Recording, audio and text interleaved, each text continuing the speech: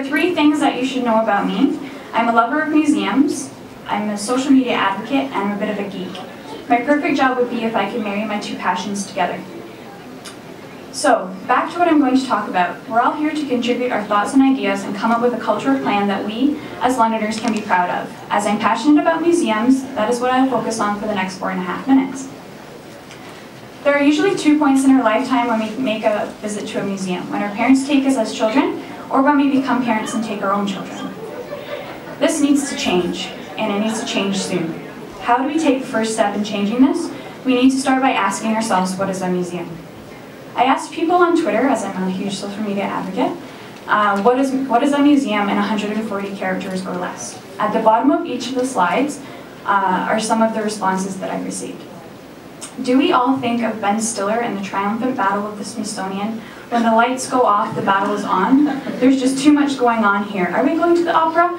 I don't think so. P.S. You really should watch that movie if you want to get what that comment means.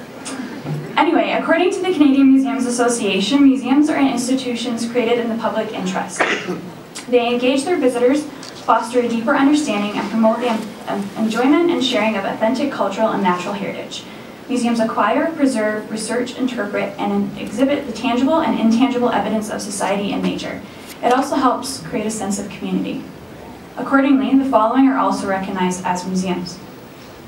Exhibition places such as art galleries and science and interpretation centers, institutions with plant and animal collections and displays such as botanical gardens, biodomes, zoos, aquariums, and insectariums. Cultural establishments that facilitate the preservation, continuation, and management of tangible and intangible living heritage. The question is, can museums exist without a historical collection? Do they just become the modern-day buzzword, a discovery center? Here are some things to consider. Does a museum not become a museum until it is institutionalized? What is the difference between a museum, exhibition center, and interpretation site?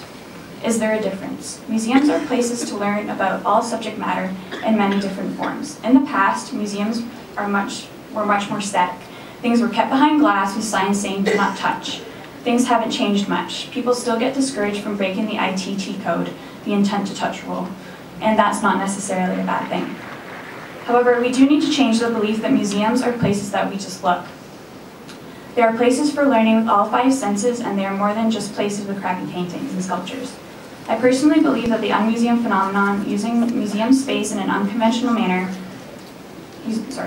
That being said, it is my personal belief that a museum should still exhibit its historical collection in order to maintain the name museum. Then again, what's in a name? Is it an opportunity to look into the past and future? If all a museum does is exhibit art at the expense of its historical collection, what is the difference between it and an art gallery or a commercial art gallery? What do all of these institutions have in common?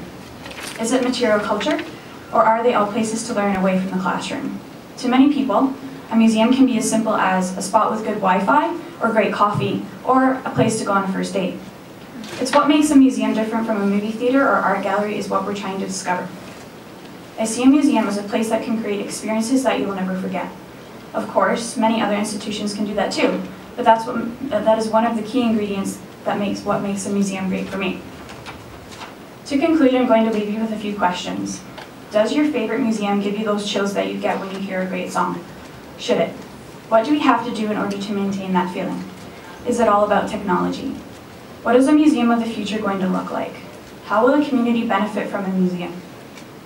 Will we be able to define a museum from an exhibition center or interpretation site? What will we choose to present as our past? Will we choose to even present it? What do we need to do to keep museums alive? Institutions that have been around for centuries are dying, or are they? A museum is no longer just a place with old things. It is a place for discussion and learning.